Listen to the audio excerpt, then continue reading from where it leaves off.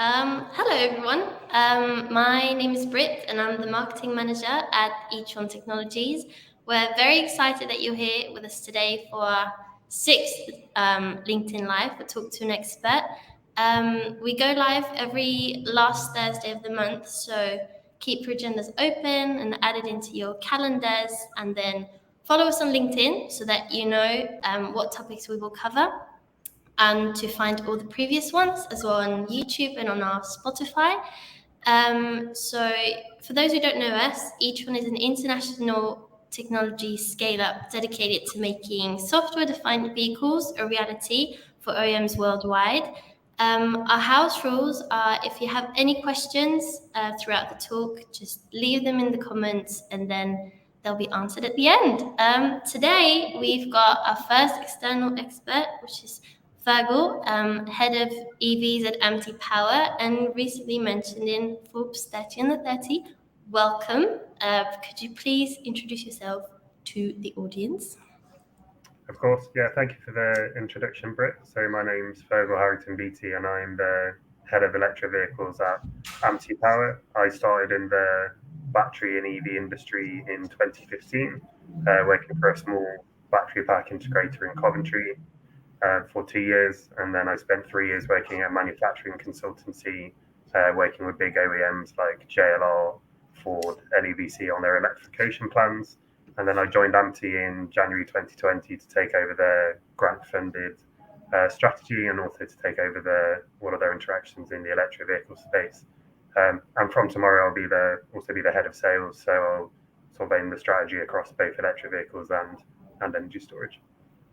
Cool, thank you. So let's dive straight into it. Could you tell me more about high power cell applications, please? Yeah, of course.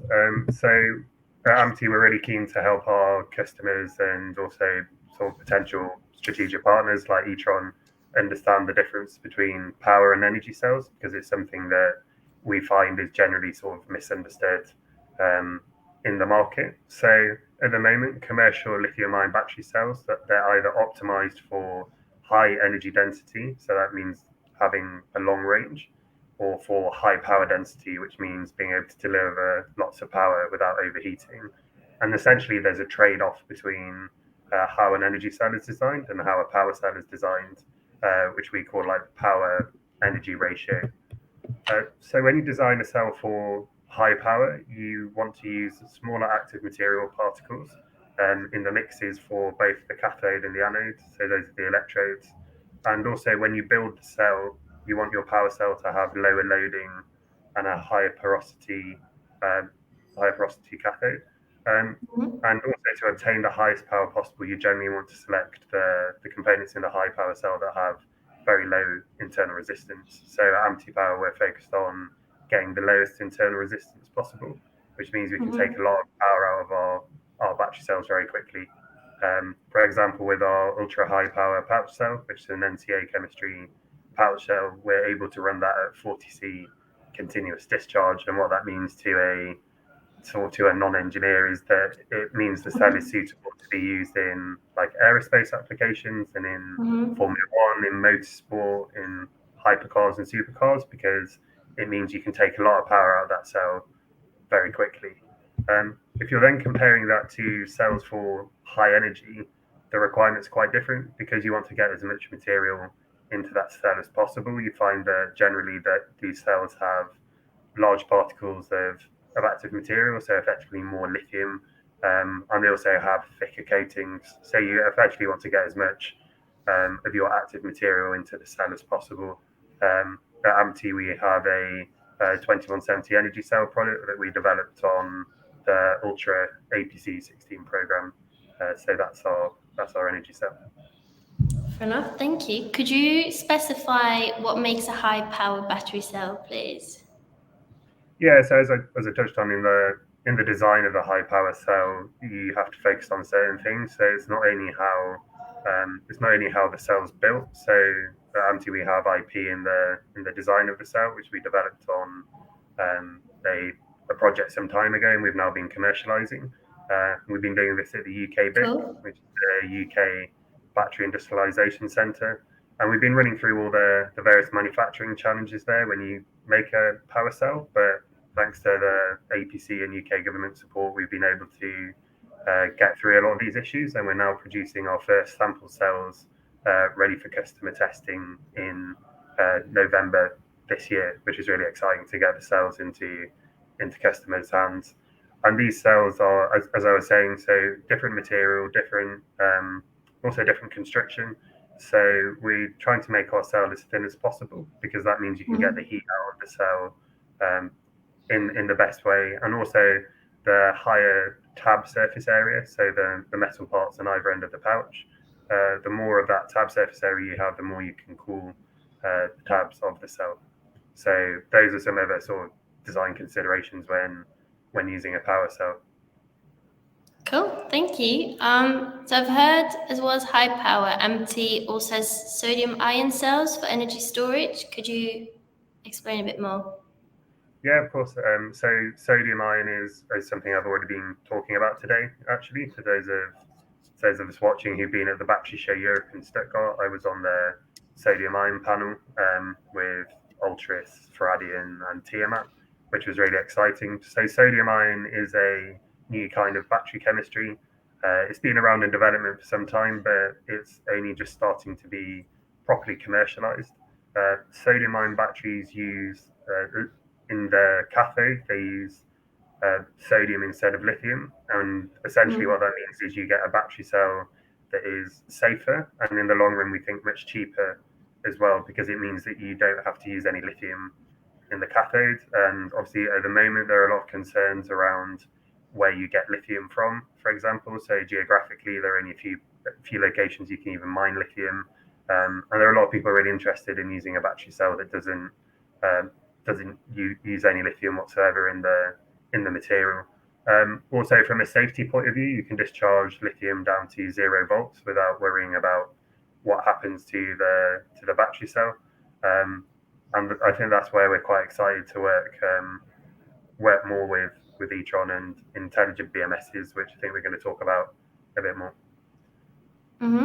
Thank you. So could you tell me about the importance of intelligent BMS for high power batteries? You actually touched a bit on the subject during our first LinkedIn Live with our product manager, Christoph. In case you've missed it, it's on Spotify and YouTube, but I'd like to hear your thoughts. Yeah, so when you're using high power battery cells, the challenge is that because you're charging them and discharging them very quickly, they are compared, say, to an energy cell, they need a higher level of control. So I think it's really important to have an intelligent BMS that can do accurate predictions around how these batteries are going to be able to behave. And what that means is we can get more power out of the battery. So by working with someone like e-tron, we can actually maximize the amount of power that we're able to draw from the high power cell, and that is really useful for customers who might receive a battery pack with an e-tron BMS and an AMT high power cell. It means they're getting the best possible product with a really high power battery pack, but also with the confidence that the battery cells are being managed correctly, that their state of health is being looked after, and that they're not going to get essentially too hot, so they're being properly thermally managed. So all of that is sort of like the important reason for using an intelligent BMS than, say, a passive BMS, which are mainly what's on the market at the moment.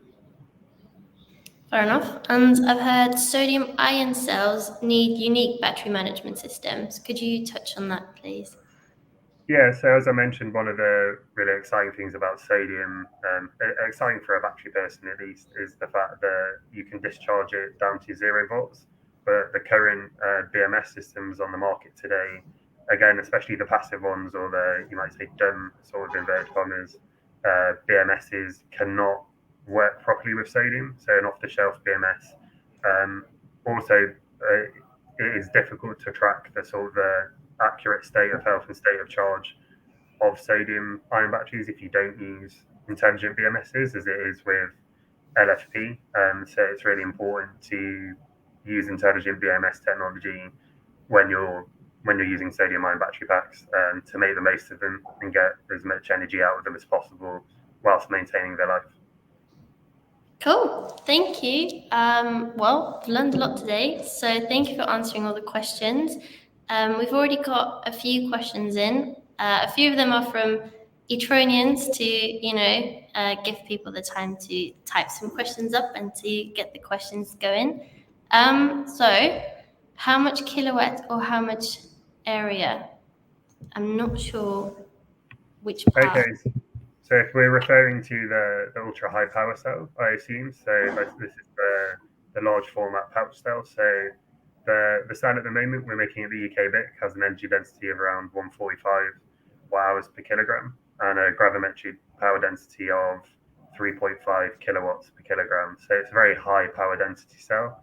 Um, from what we've seen on the market and from the other power cells we've looked at, it's actually a market leading product. We're just really excited to get the test data out there that will prove that over the next few months. Cool.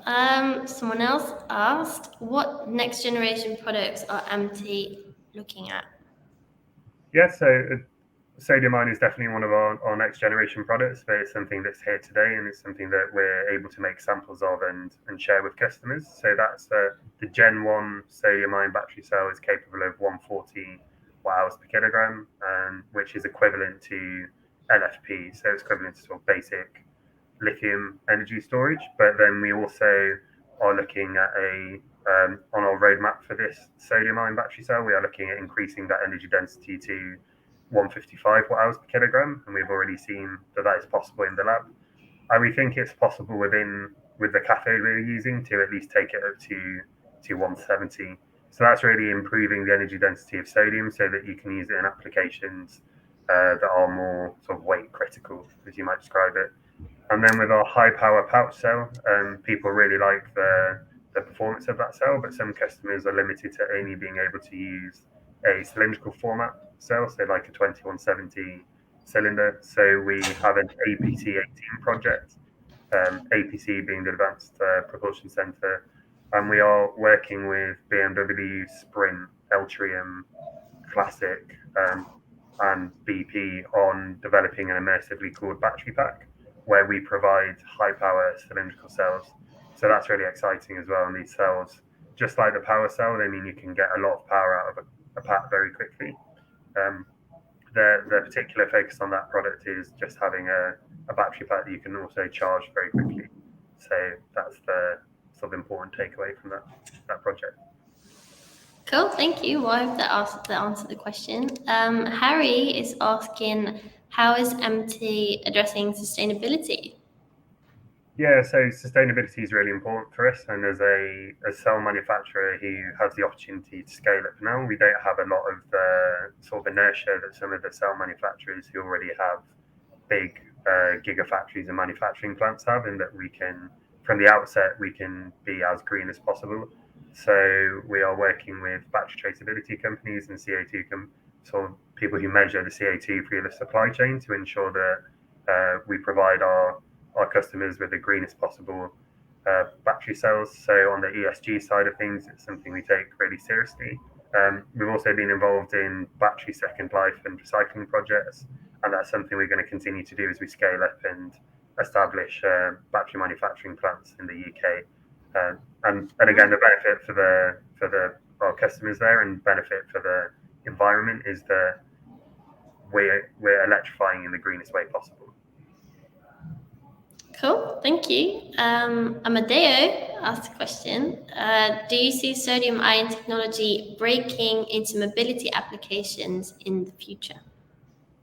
Yeah, and as I said, I was just on this panel today with probably the leading sodium ion companies in the world as well as ourselves, and that was a question that was asked. And I think the way sodium ion is most likely to break into the electric vehicle market is via initially specialized applications. So when sodium will not immediately be cost competitive with LFP, it will be a specialist product, and then we will gain volume and it will become a high volume product. So I think we will see it in applications where safety is super critical. So that might be mining, construction, other specialized vehicles. It could be marine. I think that's where sodium will go. On the other hand, there's a big push to get it into two wheelers and three wheelers. So the Indian market is very keen to adopt sodium ion. For example, in the way that Reliance bought Fradian, that shows the commitment of geographically in India has to sodium. So I think that is the other route you will see sodium ion going into electric vehicles. Cool, thank you. Tong is asking, what are the main challenges in developing sodium ion cells?